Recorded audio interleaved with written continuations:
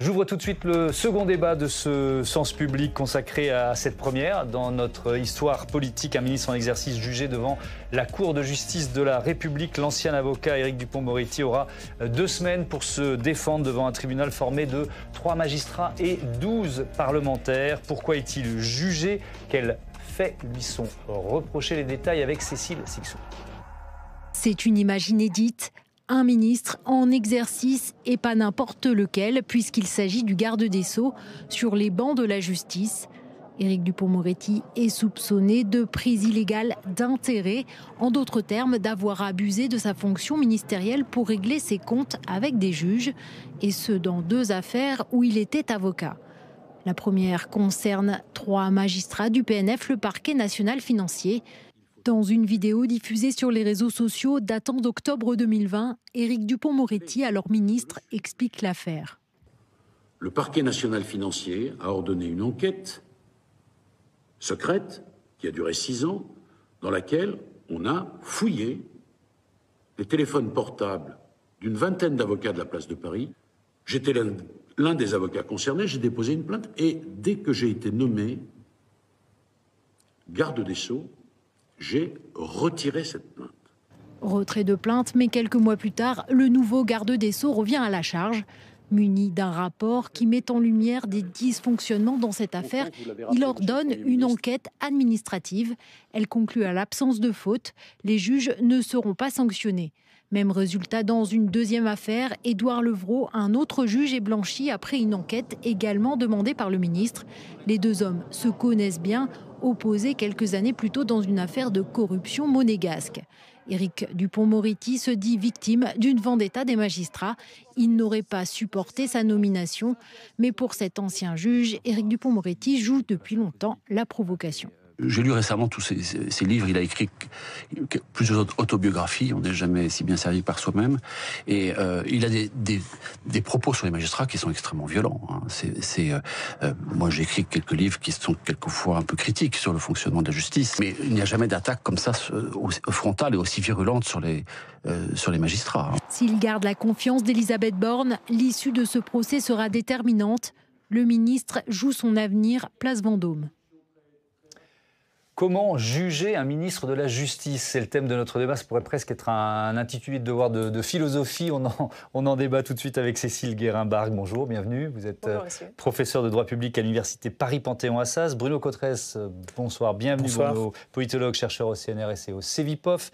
Abel Mestre, bonsoir. Et bienvenue, vous êtes journaliste au Monde en charge des dossiers justice. Mathieu Croissando, éditorialiste politique, est resté à mes côtés.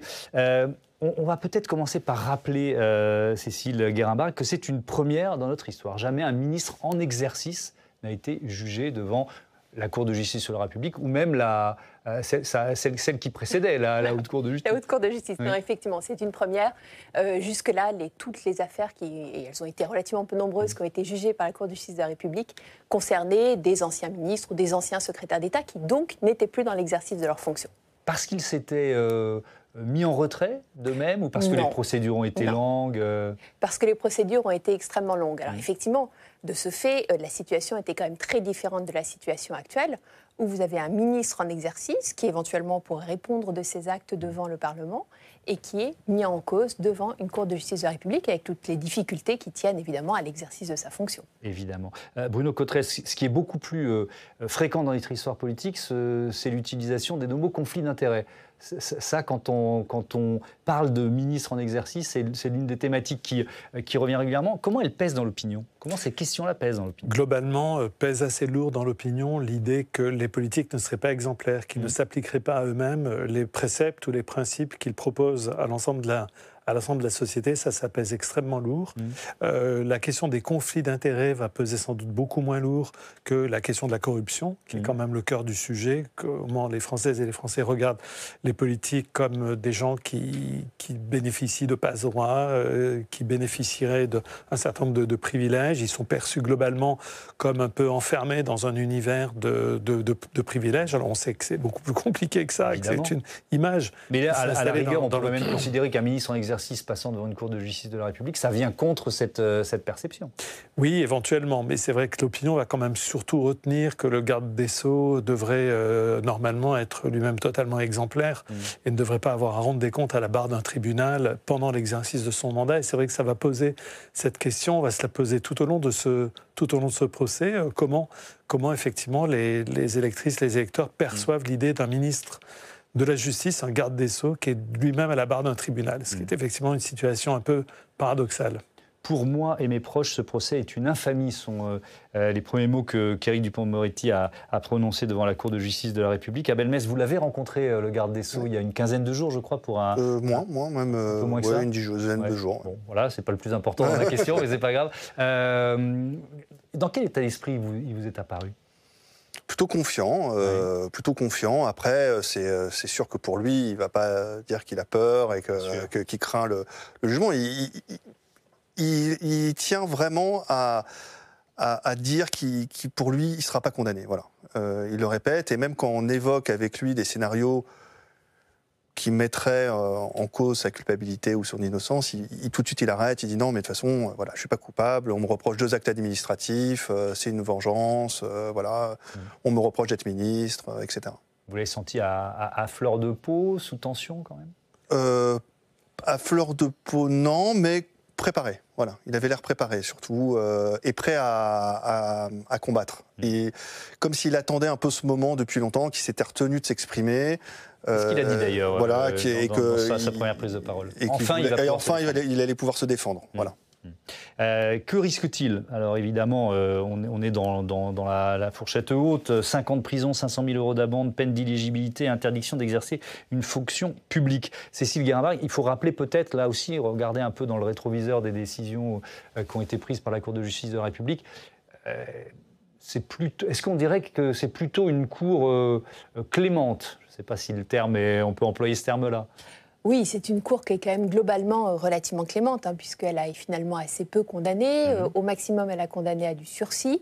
Assez fréquemment, enfin dans 2 cas en l'occurrence, elle a accompagné les condamnations de dispense de peine. Mais je crois que surtout, ça vient du fait que c'est très difficile finalement pour cette Cour de justice de la République de se prononcer sur des faits qui sont souvent à mi-chemin entre un acte ministériel et l'emprise du droit pénal qui vient saisir plus ou moins bien des actes de la fonction ministérielle. Alors, vous avez 2 types d'affaires, en fait, devant cette cour. Vous avez des actes de la criminalité ordinaire, c'est-à-dire des gens qui ont détourné des fonds, qui ont été coupables, qui se sont rendus coupables de corruption. Là, on peut se demander pourquoi il y aurait une cour particulière et non pas les juridictions ordinaires. Et puis, il y a des affaires comme Dupond-Moretti ou l'affaire Lagarde pour les arbitrages ou l'affaire du sang contaminé, où là, ce sont des actes qui sont quand même très liés aux fonctions et avec une espèce de jugement par le biais d'une procédure pénale et d'un droit pénal qui n'est pas nécessairement parfaitement adapté à ce type d'acte. Bruno Cotresse, ce qui est sûr, c'est que la carrière politique d'Éric Dupond-Moretti, elle se joue pendant ces 15 jours. Oui, assez clairement, puisque au fond, la carrière politique d'Éric Dupond-Moretti a commencé fondamentalement lorsqu'il a été nommé ministre. Alors on sait qu'il avait pris des prises de position politique avant, mais véritablement, une carrière politique, c'est le jour où il a été nommé ministre. C'est ce type de nomination qui est faite au titre des personnalités de la société civile qui rentrent au gouvernement au titre de leurs compétences. C'est vrai que c'est une personnalité extrêmement connue avant même qu'il ne soit ministre par l'étendue, on va dire, de son talent devant les juridictions, en particulier la juridiction pénale, cour d'assises. Donc c'est vrai que pour lui, s'il était reconnu coupable, ou même si on avait des choses à lui reprocher, c'est vrai que ça marquerait un peu la fin de son parcours politique, parce qu'on imagine mal qu'il dispose ensuite du crédit, du capital politique, comment disposent les professionnels de la politique qui peuvent rebondir, qui peuvent avoir une période, on va dire, une période de relative disette électorale et qui reviennent après, mais lui, c'est pas du tout son profil. Il n'est là que parce qu'il est Éric Dupond-Moretti, immense personnalité du système judiciaire français. Alors, on va pouvoir en débattre, mais Mathieu, il faut peut-être dire que déjà, il va rester ministre tout au long du procès. Oui, et c'est sans doute ce qui ajoute au caractère inédit de cette affaire. Voilà un ministre de la Justice mis en examen, convoqué dans la CJR, qui va donc se rendre à l'audience tout en conservant ses fonctions. Alors, quelques aménagements ont bien été prévus pour lui. Hein. Il va y avoir des délégations de signatures, il est dispensé de conseil des ministres, dispensé de séances de questions au gouvernement. On rappelle que ça dure a priori jusqu'au 16 novembre, hein, la 17, l'audience. Mais Bravache, on l'a dit, le garde des Sceaux estime de toute façon qu'il n'a rien à se reprocher dans cette affaire et qu'il n'y avait donc aucunement lieu d'envisager pour lui une quelconque démission, ni même un retrait temporaire. Il jouit du soutien du président de la République, qui l'a renommé à ce poste en connaissance de cause quand même, hein, puisqu'il a été mis en examen en 2021, si ma mémoire est bonne, et en 2022, quand il s'est agi, après la réélection d'Emmanuel Macron, de faire un nouveau gouvernement, Éric Dupond-Moretti a été maintenu à son poste. Et de ce point de vue, c'est une petite révolution dans la conduite du pouvoir qui met fin à une tradition vieille de plus de 30 ans. Oui, on va parler de la fameuse jurisprudence Bérégovoy-Balladur. Oh oui, alors cette règle non écrite qui voulait qu'un ministre mis en cause dans une affaire judiciaire quitte le gouvernement. On rappelle que c'est pas un critère d'empêchement, mais que c'est la tradition, elle s'était imposée. Alors si on est un peu hypocrite, on disait que c'était pour permettre au ministre concerné de préparer sa défense, de se concentrer sur sa défense. En fait, c'était aussi pour permettre au pouvoir de ne pas prêter le flanc à des soupçons d'influence ou de collusion. Et la règle avait le défaut de piétiner un principe essentiel du droit, qui est la présomption d'innocence. Mais politiquement, ça arrangeait tout le monde. Et la jurisprudence Bérégovoy-Balladur, elle s'est appliquée dans plus d'une vingtaine de cas, y compris au début du premier quinquennat d'Emmanuel Macron. On se souvient quand même que François Bayrou, mis en cause dans l'affaire des emplois d'assistants parlementaires du MoDem, avait démissionné, entraînant avec lui Sylvie Goulard, Marielle de Sarnez, que quelques temps auparavant, Richard Ferrand, lui aussi, mis en cause dans une autre affaire, avait démissionné de son poste de ministre de la Cohésion des Territoires. Et puis... tout ça s'est sérieusement infléchi par la suite. Pourquoi cet infléchissement ? Eh bien, entre nous, c'est un mystère. Parce que Emmanuel Macron, qui s'était fait élire en promettant une République exemplaire, n'a jamais expliqué son revirement sur la question. Alors, on a le droit de changer d'avis, hein. Après tout, cette règle, elle est contestable. En tout cas, on peut argumenter pour ou contre cette jurisprudence Bérégovoy-Balladur. Mais ça n'a pas été fait et ça donne l'impression que les décisions se prennent au cas par cas, au fil de l'eau. En gros, à la tête du client, selon le poids politique et le coût médiatique, j'allais dire coût COUT plutôt que COUP, voire les deux. La seule certitude aujourd'hui, la seule règle qui reste, d'une certaine façon, elle a été rappelée par Elisabeth Borne, c'est que condamnation vaut éviction. Et c'est quand même bien la moindre des choses. Ouais. Je rebondis sur ce que disait... Bruno Cotrès tout à l'heure, Abel Mestre, sur l'avenir politique d'Éric Dupond-Moretti. Est-ce que, voilà, effectivement, s'il est condamné par la Cour de justice de la République, on a du mal, enfin moi j'ai du mal à l'imaginer rester en poste au gouvernement, ça c'est sûr, mais est-ce que pour autant son avenir politique s'éteint à ce moment-là ? Alors c'est vrai que ça paraît invraisemblable qu'un ministre de la Justice condamné, même avec dispense de peine, reste en poste, parce que... Imaginez quand il va rencontrer des magistrats, quand il va aller à l'audience solennelle de la Cour de cassation, puisque les magistrats qui vont juger professionnels, les trois, sont de la Cour de cassation. Enfin, c'est impossible. C'est vraiment une situation intenable. Après, est-ce qu'il veut se lancer en politique ? Je ne sais pas. Il a été candidat à des élections. Ça n'a pas été couronné de succès, hein, c'est le moins qu'on puisse dire. Et puis, le fait qu'il refuse de démissionner avant son procès l'affaiblit finalement. Pourquoi ? Parce qu'il devient une proie, une prise de choix pour les juges parlementaires, qui sont 12 à la CJR, et qui ont devant eux un poids lourd de la Macronie, comme il vient d'être rappelé, qui a été confirmé 2 fois par le président, alors que tout le monde pariait sur sa sortie, et qui pourrait se dire, bon, bah voilà, c'est l'occasion ou jamais de se faire un poids lourd de la Macronie. Donc, arriver comme ça, c'est quand même risqué de sa part. Et il dit, en gros, vous voyez, c'est bien pour ça que je crois en mon innocence. Je n'ai peur de rien, même pas d'un jugement politique. Ouais. Mathieu ?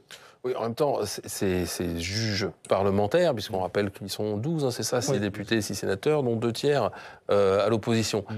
Ça le sert aussi d'une certaine façon. Il n'est pas mécontent que Danielle Obono, puisqu'on parle d'elle, siège dans cette CJR, parce que pour lui, s'il peut écrire l'histoire en disant ils ont voulu se payer un poids lourd de la Macronie, ça fera ses affaires. Parce qu'il faut quand même se dire, son avenir politique est-il compromis ? Ça dépendra de sa volonté. On sait que c'est quelqu'un qui avait plutôt plein de projets, et pas a priori celui de faire de la politique avant qu'il ne soit nommé au gouvernement.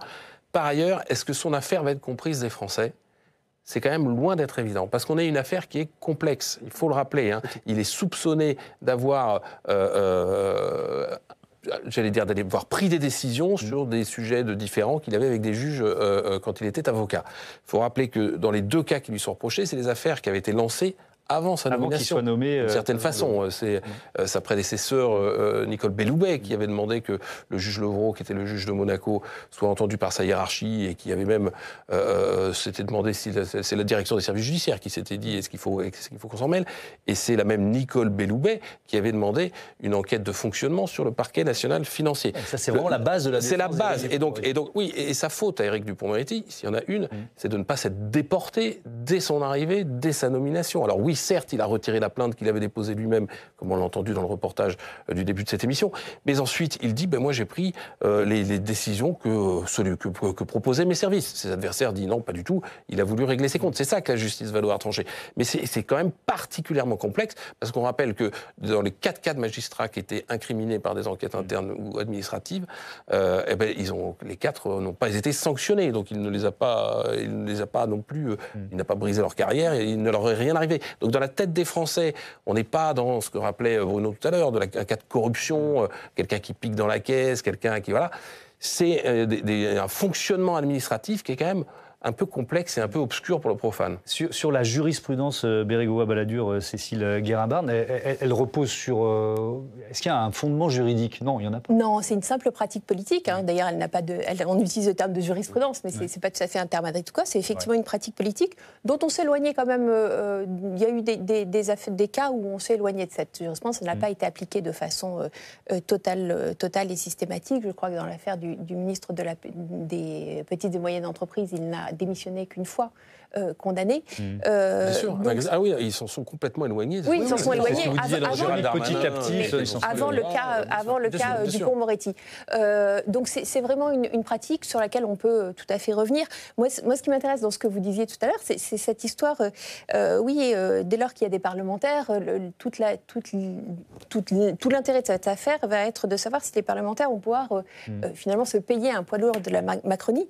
Et ce que je trouve intéressant, c'est qu'on voit bien combien précisément la Cour de justice de la République est le type d'institution qui peut être instrumentalisée en fait à des fins politiques qui n'ont pas grand-chose à voir avec le droit pénal. Alors ça, on y reviendra en détail sur le fonctionnement de la Cour de justice de la République. Est-ce qu'il faut la maintenir, la supprimer ou pas? Ce sera l'un des thèmes de notre débat. Je voudrais revenir quand même sur... C'est un peu ubuesque, Bruno Cottresser, qu'on va avoir un ministre de l'Intérieur qui va se mettre en disponibilité pendant 15 jours, qui va répondre aux questions qui concernent la justice.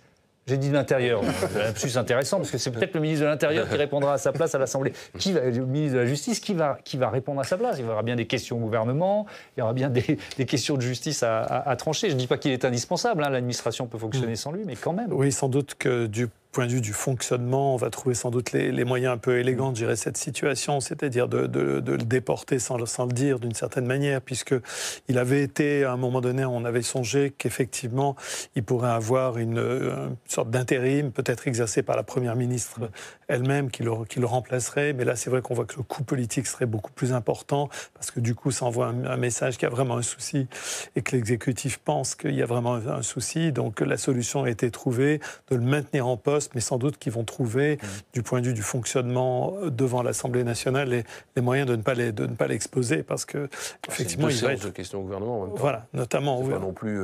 Voilà, mais ça dure pas un mois. Que 10 jours. Voilà, mais c'est vrai que c'est une situation qui va être compliquée pour lui à gérer. Il a un tempérament qui est un tempérament de combattant, ça c'est très clair. Il l'a montré à de nombreuses reprises dans sa vie professionnelle et dans sa vie politique. Donc il faut peut-être aussi, sans doute, dans cette période-là, en termes de communication, peut-être le protéger de lui-même aussi, parce qu'il a un tempérament qui est un tempérament un peu bouillonnant. Oui, et puis alors, on a fait l'hypothèse d'une condamnation, mais il y a aussi l'hypothèse qu'il sorte blanchi de l'épreuve de la Cour de justice de la République. Absolument, à ce moment-là, ça le renforcerait considérablement, puisque ça le ferait même monter en grade d'une certaine manière, lui qui a cette réputation de celui qui a obtenu tellement d'acquittements et qui aurait du coup réussi à triompher de toutes les adversités politiques. Alors il y a la question du soutien de l'exécutif, qui est, vous l'avez évoqué Mathieu, constant depuis plusieurs mois. On écoute sur ce thème la Première ministre Élisabeth Borne, c'était ce matin sur France Inter. Alors tout d'abord, moi je voudrais dire qu'en tant que garde des Sceaux, Éric Dupond-Moretti a toute ma confiance, qui fait un excellent travail. Et comme chacun, il a le droit à la présomption d'innocence. Donc on s'est organisé pour qu'il puisse à la fois assurer sa défense et en même temps que le ministère continue à tourner. Abelmestre, le ministre de la Justice, il tient évidemment à ce soutien. Vous racontez dans le portrait que vous lui consacrez dans le quotidien Le Monde une anecdote qui date du 9 octobre dernier. Ça se passe dans l'avion présidentiel, c'est ça? Racontez-nous. Oui, il est en déplacement pour Hambourg et il apprend que Elisabeth Borne a dit sur BFM TV qu'en cas de condamnation, il devait partir. Et ça, il y a plusieurs témoins qui nous ont raconté que ça l'a énervé parce que c'est le fait même d'évoquer la possibilité qu'il soit coupable. Pour lui, c'est quelque chose qui va à l'encontre de sa présomption d'innocence et de tout ce qu'il dit depuis le départ, qu'il est innocent et qu'il en sortira blanchi.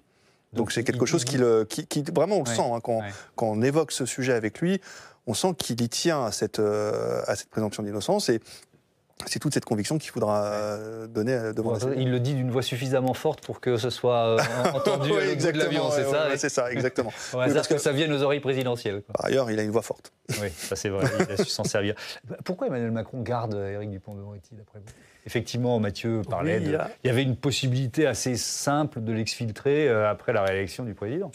Moi, l'hypothèse que je fais, c'est qu'au fond, la personnalité, la trajectoire d'Éric Dupond-Moretti intéresse beaucoup Emmanuel Macron. Au fond, à la fois, il est d'origine modeste, il est devenu une immense star des tribunaux, de notre système judiciaire. Il avait combattu à sa manière le Front National. Il a toujours voulu incarner une justice en proximité du justiciable. Et c'est vrai que les États généraux de la justice lui ont permis de faire un certain nombre de propositions. Il a obtenu des moyens, une augmentation de moyens relativement significative pour la justice et en termes de recrutement. Et sans doute que le président de la République trouve ce profil assez intéressant. Par ailleurs, sa personnalité et son approche de la justice montrent qu'il a les épaules assez solides pour essayer de tenir tête à une institution qui, comme toutes les institutions, n'aime pas beaucoup quand on commence à dire il va falloir faire des réformes, il va falloir se réformer. Et ça, sans doute que ça plaît beaucoup au chef de l'État. Mathieu. Et c'est un des rares poids lourds dans un gouvernement de pèse peu, quand même. Non, mais il faut le dire. La Macronie a été infichue depuis 6 ans de faire émerger des fortes personnalités capables de mener des politiques lourdes. C'est pas juste un budget significatif. C'est quand même, faut dire qu'il a obtenu les plus grosses budgets de l'histoire de la Ve République pour la justice. Ça dépasse cette année les 10 milliards d'euros. Et en termes de progression sur l'ensemble des 2 quinquennats, c'était nécessaire pour on partait de loin. C'était clochardisé, comme disait un de ses prédécesseurs. Mais ça a été colossal. Et c'est le dernier survivant de la société civile aussi. Oui, mais alors justement, est-ce que c'est un ministre issu de la société civile qui a assez vite appris la politique, d'après vous? Moi, je trouve qu'il a appris la politique. Et on l'a vu sur un épisode très particulier qui a été très important pour lui, ce sont les émeutes. C'était concomitant au remaniement ministériel. C'était juste avant. Et qu'est-ce qu'il a fait, Éric Dupond-Moretti? Il est allé sur le terrain. Il s'est affiché avec une fermeté, un discours ce qu'il appelait la réponse pénale ferme et systématique. Et donc, il a parlé des parents, des mineurs, il a fait une circulaire très rapidement pour les procureurs. Et il est devenu incontournable au moment des émeutes. Et c'est aussi une manière pour lui de montrer qu'il a su apprendre les codes de la politique. Et après cette séquence de 3-4 jours, c'est difficile de l'évincer, puisqu'il est apparu au même titre que Gérald Darmanin et que la Première ministre, sur le terrain, en première ligne, etc. Donc j'imagine qu'il l'a fait sincèrement, évidemment. Mais il y a aussi cette dimension de vous voulez me virer, essayez maintenant. On va, au-delà du cas Dupond-Moretti, on va maintenant, comme promis, s'intéresser à l'existence même de la Cour de justice de la République. Je propose à Steve Jourdain de nous rejoindre. On va faire un peu de pédagogie grâce à Steve. Rebonsoir Steve.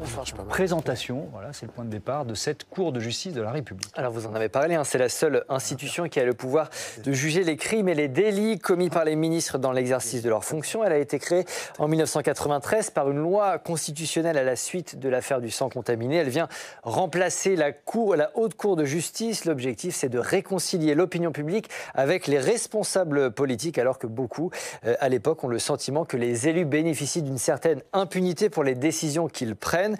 Difficile équilibre que cette réforme constitutionnelle, Thomas, car l'idée est aussi de faire en sorte que la justice n'empiète pas sur les politiques qui sont menées par le gouvernement. Peut-on lui faire confiance à cette Cour de justice de la République? C'est l'une des grandes questions. Elle revient régulièrement, cette question. Elle revient régulièrement. régulièrement depuis de nombreuses années. On rappelle qu'elle peut être saisie par tout justiciable, la CJR. Si vous estimez, Thomas, avoir été lésé par un délit ou un crime commis par un membre du gouvernement, vous pouvez vous tourner vers elle. Il y a eu par exemple beaucoup de plaintes qui ont été déposées à la suite de la crise du Covid, mais c'est sa composition qui prête le flanc aux critiques. Elle est constituée de 15 juges, 3 magistrats de la Cour de cassation, 12 parlementaires, 6 députés, 6 sénateurs de tous bords. Les élus qui ont la charge de juger, Éric Dupond-Moretti, sont connus. Côté députés, on trouve 3 élus de la majorité présidentielle, 3 élus des oppositions. Côté Sénat, on trouve 2 LR, 1 socialiste, 1 sénateur Horizon, 1 Renaissance et 1 centriste. Au total, donc,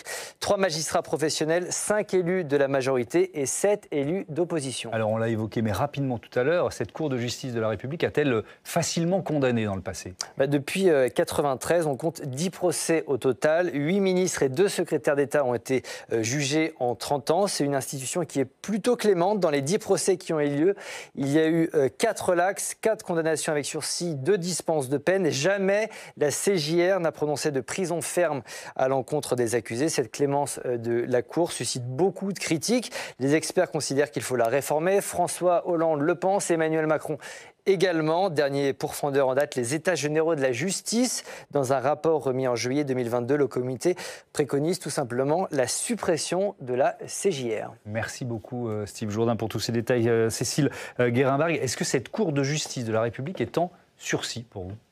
Alors, elle est en sursis depuis très longtemps. Elle est même en sursis depuis 1993. Depuis sa création. Voilà, exactement. À peine créée, ceux qui avaient été un peu à l'origine de sa création ont vu que ça dysfonctionnait assez largement dans le cadre de l'affaire du sang contaminé et ont proposé la suppression. Alors, elle n'a jamais été supprimée pour diverses raisons qui tiennent soit parce qu'il y avait des affaires pendantes, soit, et c'est surtout le cas depuis un certain nombre d'années, parce que pour la supprimer, il faut réviser la Constitution, puisqu'elle est prévue par le texte constitutionnel à l'article 68, et bien évidemment, il est délicat de réviser la Constitution, de sorte que si vous combinez ça au fait qu'il y a un certain nombre d'affaires pendantes, et votre expert a cité les affaires relatives au Covid, où il y a effectivement une explosion du nombre de requêtes déposées, enfin du nombre de plaintes déposées devant la commission des requêtes, je pense qu'on est encore avec la Cour de justice de la République pour un certain nombre d'années. Il faut le faire en tout début de quinquennat. La réforme en question. Et c'était d'ailleurs dans le projet de révision constitutionnelle d'Emmanuel Macron pour ne pas être soupçonné parce que sinon ça devient impossible. C'est impossible pour eux. Ils ne peuvent pas proposer la suppression de la CJR aujourd'hui. Surtout avec voilà, c'est ça. Après un cas d'école comme celui-là. C'est vrai quand même que sur les procédures enclenchées après la crise Covid, Bruno Cotresse, on est un peu dans les limites de l'usage de la Cour de justice de la République. C'est-à-dire que c'est des ministres en exercice qui ont peut-être fait des erreurs, mais de là à les placer devant un tribunal. Oui, en même temps, c'est vrai qu'il faut bien qu'il y ait un mécanisme qui permette, comme ça a été rappelé, aux citoyens justiciables ordinaires que nous sommes, chacun d'entre nous, de pouvoir faire appel ou d'en faire appel à une juridiction si on trouve qu'on est victime de l'action d'un membre du gouvernement. Donc il faut qu'il y ait un mécanisme à un moment donné qui soit le principe de la responsabilité. On ne peut pas expliquer aux électrices, aux électeurs, aux citoyens, on ne peut pas leur expliquer que le membre du gouvernement est par définition n'a pas de compte à rendre.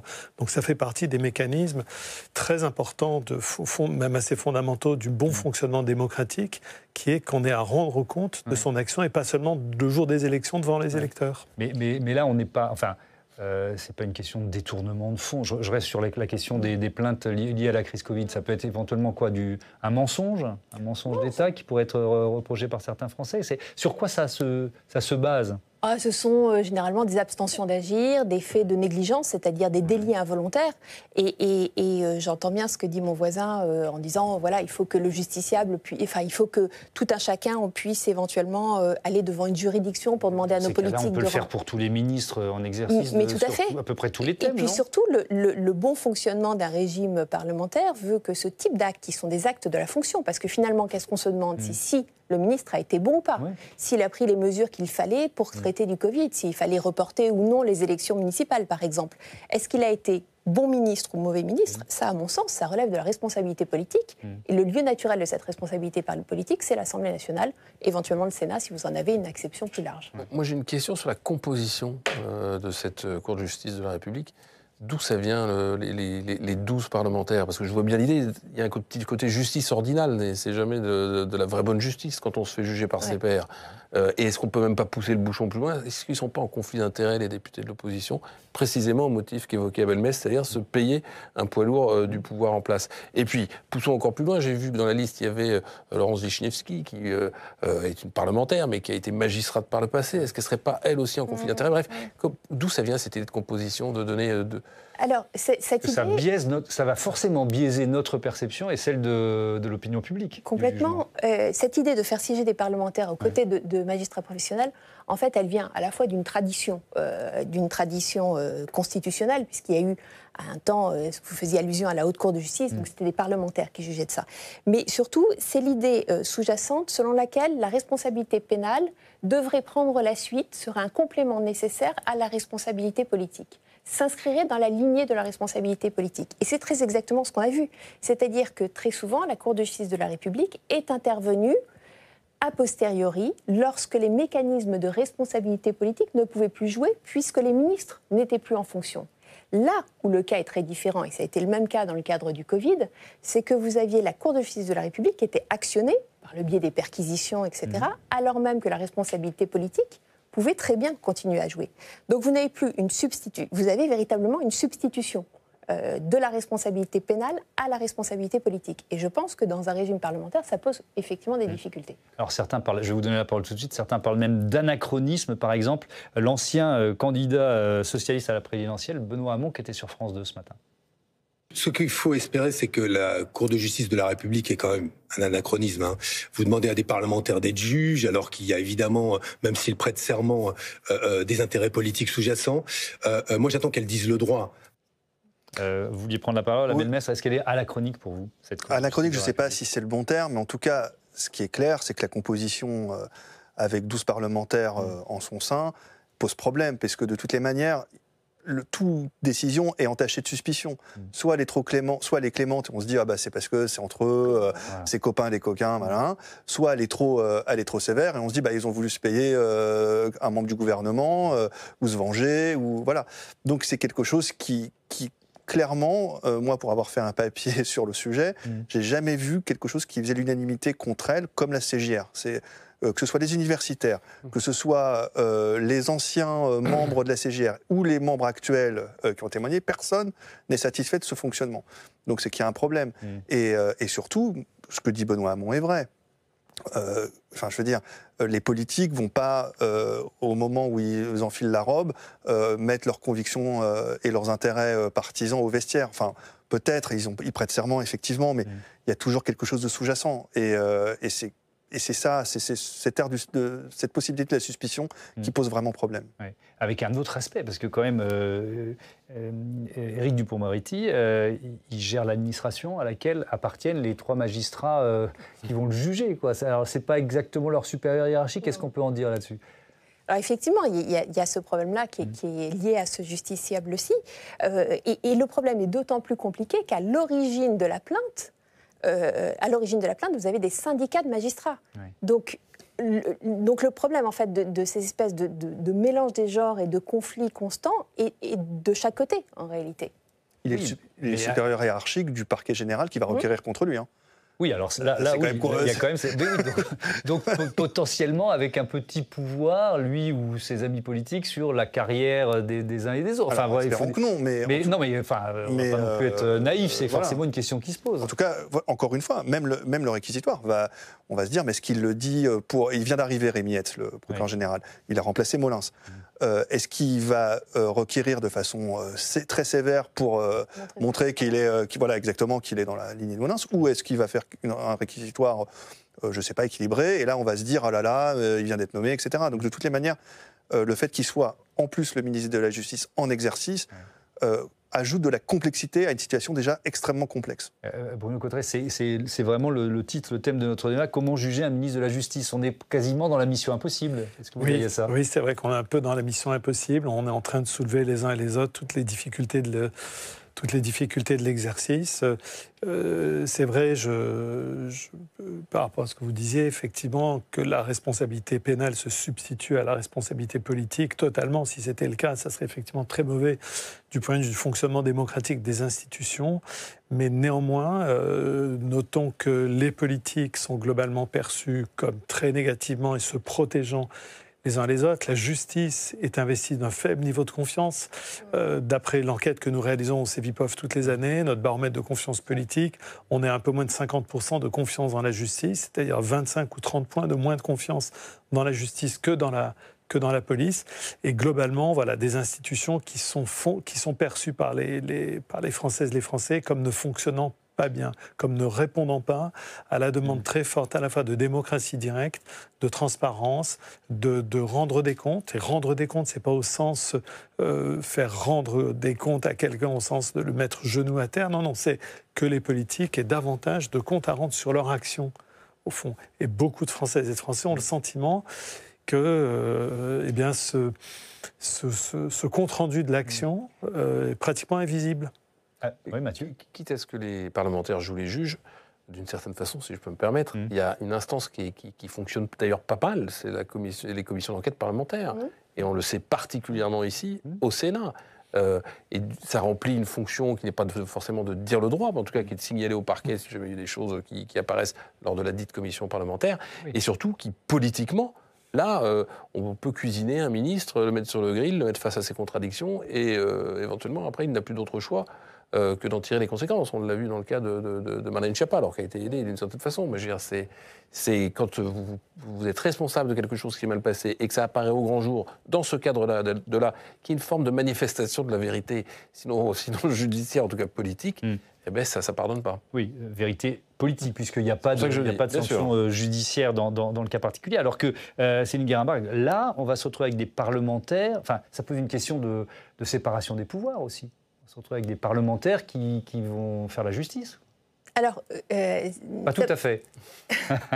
C'est-à-dire que les parlementaires ont vocation normalement à juger de la rectitude de l'action d'un ministre, mais pas nécessairement en fonction du droit pénal et de la procédure pénale. C'est là où le bât blesse. C'est-à-dire qu'on est dans le mélange des genres constant. Et le simple fait qu'on les voit revêtir la robe de juge, c'est quand même très très curieux. Alors, même les jurés d'assises ne revêtent pas la robe de juge, comme si le costume allait faire d'eux précisément des pénalistes émérites et des gens qui ne sont plus des politiques. Parce que l'analogie, c'est ça, en fait, ça se passe un peu comme dans un juré d'assises avec un président du tribunal qui cadre le débat ou l'orient. Voilà. C'est à mi-chemin entre la correctionnelle et un jury d'assises. L'analogie avec le jury d'assises, c'est plutôt qu'il y a effectivement ces jurés parlementaires, un peu à l'image des jurés populaires qui siègent au sein des cours d'assises. Et puis il faut... Pardon de vous interrompre. Il faut dire un mot, on l'a évoqué, du passif ou de la relation passée entre Éric Dupond-Moretti et les magistrats.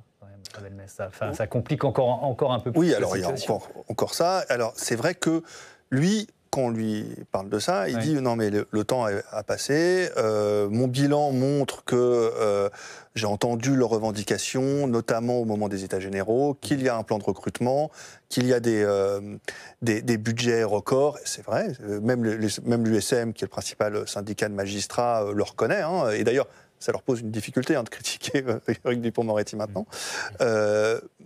Est-ce que ça suffit à effacer l'ardoise ? Je ne suis pas sûr, parce que Éric Dupond-Moretti, quand il était avocat, s'était fait une spécialité de bâtir un rapport de force lors de l'audience, de créer des incidents, etc. Et donc c'est vrai que comme il a énormément plaidé, il a eu énormément de problèmes avec certains magistrats, et c'est vrai qu'il ne jouit pas de la meilleure réputation parmi eux. Mais peut-être que le temps faisant, ça s'est aplani. Il dit quoi ? Il dit que les difficultés, c'est plutôt avec certains syndicats de magistrats, pas avec les magistrats. Exactement, il dit exactement ça. Ouais. Il dit c'est avec certains magistrats, certains représentants des magistrats, mais pas avec l'ensemble de la profession. Au contraire, ça se passe bien. Quand je vais à l'ENM, je suis très bien accueilli. Voilà. Il faut rappeler que le jour de sa nomination, le principal syndicat de magistrats a dit c'est une déclaration de guerre. Oui, bien sûr. Donc, Mais donc Emmanuel Macron, il savait ce qu'il faisait en nommant Éric Dupond-Moretti place Vendôme. Enfin. Oui, je pense, c'est d'ailleurs mon hypothèse, c'est que cette trajectoire, cette personnalité politique, cette personnalité d'Éric Dupond-Moretti intéresse le président de la République parce que dans le projet d'Emmanuel Macron, depuis le début, il y a quand même l'idée de faire un peu bouger les lignes, de faire bouger des institutions, de faire bouger... il s'en est pris aussi à la réforme de la haute fonction publique, par exemple, le remplacement de l'École nationale d'administration, un véritable pilier de la Ve République, qui est devenu maintenant un institut du service public. Donc on voit que chez le chef de l'État, il y a cette idée de faire bouger les lignes et d'avoir des personnalités qui lui permettent de faire bouger les lignes. Et c'est vrai que de ce point de vue-là, il savait très bien sans doute ce qu'il faisait en nommant Dupond-Moretti. Allez, on va terminer en revoyant quand même une image qui est symptomatique de la tension, de la pression subie par Éric Dupond-Moretti depuis des mois. On est le 7 mars dernier à l'Assemblée nationale. Olivier Marleix, le président du groupe LR à l'Assemblée, vient de rappeler la mise en examen du ministre. Alors on a entouré le geste, et donc il y a une succession de bras d'honneur. Alors on pensait qu'il y en avait 2, en fait on en a même compté 3 en revoyant les images tout à l'heure. Le garde des Sceaux qui viendra s'excuser ensuite en affirmant n'avoir visé personne en particulier. Je suis, je le dis à toute la représentation nationale, profondément affecté par ce moment que je suis amené à vivre. Je redis ici, avec beaucoup de force, que je n'ai pas voulu viser le président Marleix. Mais si mon geste a été mal interprété, je lui présente mes excuses ainsi qu'à toute la représentation nationale. À Belmez, c'est assez surprenant. On a dit tout à l'heure que finalement c'était un ministre issu de la société civile qui avait assez vite appris les codes de la politique. Oui, alors ça, je ne suis pas sûr que ce soit dans les codes de la politique pour tout vous dire. Justement, donc c'est surprenant qu'il ait réagi comme ça.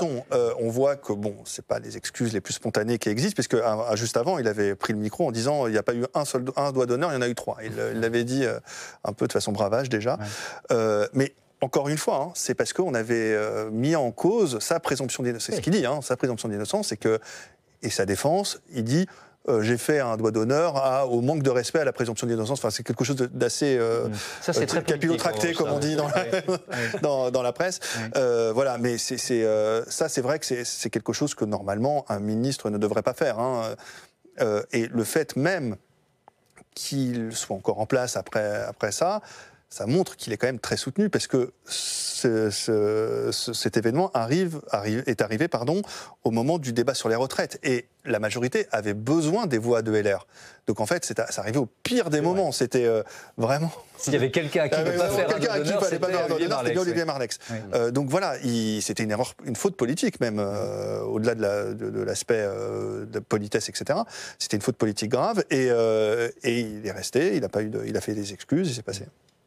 Bruno Cotresse, est-ce que l'opinion publique désapprouve forcément un geste comme celui-là? Vous voyez ce que je veux dire? Oui, c'est compliqué, effectivement, parce qu'on pourrait dire, effectivement, l'opinion est choquée. Un membre du gouvernement ne devrait pas faire ça. Il doit être exemplaire dans ses comportements, dans ses paroles. Et en même temps, d'une certaine manière, il est presque lui-même l'interprète de la représentation qu'ont les Françaises et les Français de la politique, qui, au fond, les politiciens nous font des bras d'honneur. Si l'un d'entre eux s'immisce dans le jeu pour leur faire un bras d'honneur. Donc voilà, c'est assez compliqué. Mais globalement, c'est ce type d'événement qui marque dans l'opinion publique. Je pense que beaucoup s'en rappellent. Elle lui vient d'où, à Belmez, cette rage, là, cette ambition de son histoire personnelle aussi? Oui, c'est typique de la personne qui vient d'un milieu modeste, qui a réussi par ses propres moyens, par sa propre force et son propre talent. Il a perdu son papa très jeune, c'est ça? Oui, il a perdu son papa très jeune. Sa maman est italienne, avec un travail modeste, un milieu modeste, encore une fois.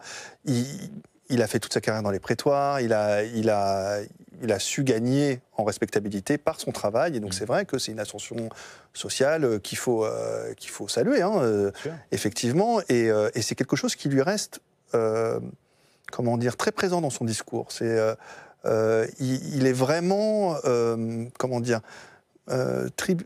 il le met en avant souvent, et c'est pas forcément un artifice. C'est quelque chose il se considère comme un ancien pauvre. Il le dit pas comme ça, mais au final, c'est ça. C'est un ancien pauvre qui a réussi. Voilà. Céline Guérin-Bargue, pour terminer, ça donne envie d'assister à la plaidoirie de d'Éric Dupond-Moretti défendant Éric Dupond-Moretti. Vous voyez ce que je veux dire? Très certainement, mais il a des avocats. Il ne va pas. Il se gardera bien de plaider pour lui-même. Ils vont être sous surveillance, ces avocats, quand même. J'imagine que la tâche est difficile, mais il n'a pas dû prendre les plus mauvais. Oui. Merci beaucoup. Merci à tous d'avoir participé à ce débat qui était passionnant. Je vous dis à bientôt sur Public Sénat et je vous donne rendez-vous demain, 18h, 22h, pour un nouveau numéro de Sens Public. Et puis notez que l'invité de la matinale d'Oriane Monsigny demain, il sera 8h du matin, c'est Julien Aubert, le vice-président des Républicains. Merci à toutes et à tous de votre fidélité. Belle soirée.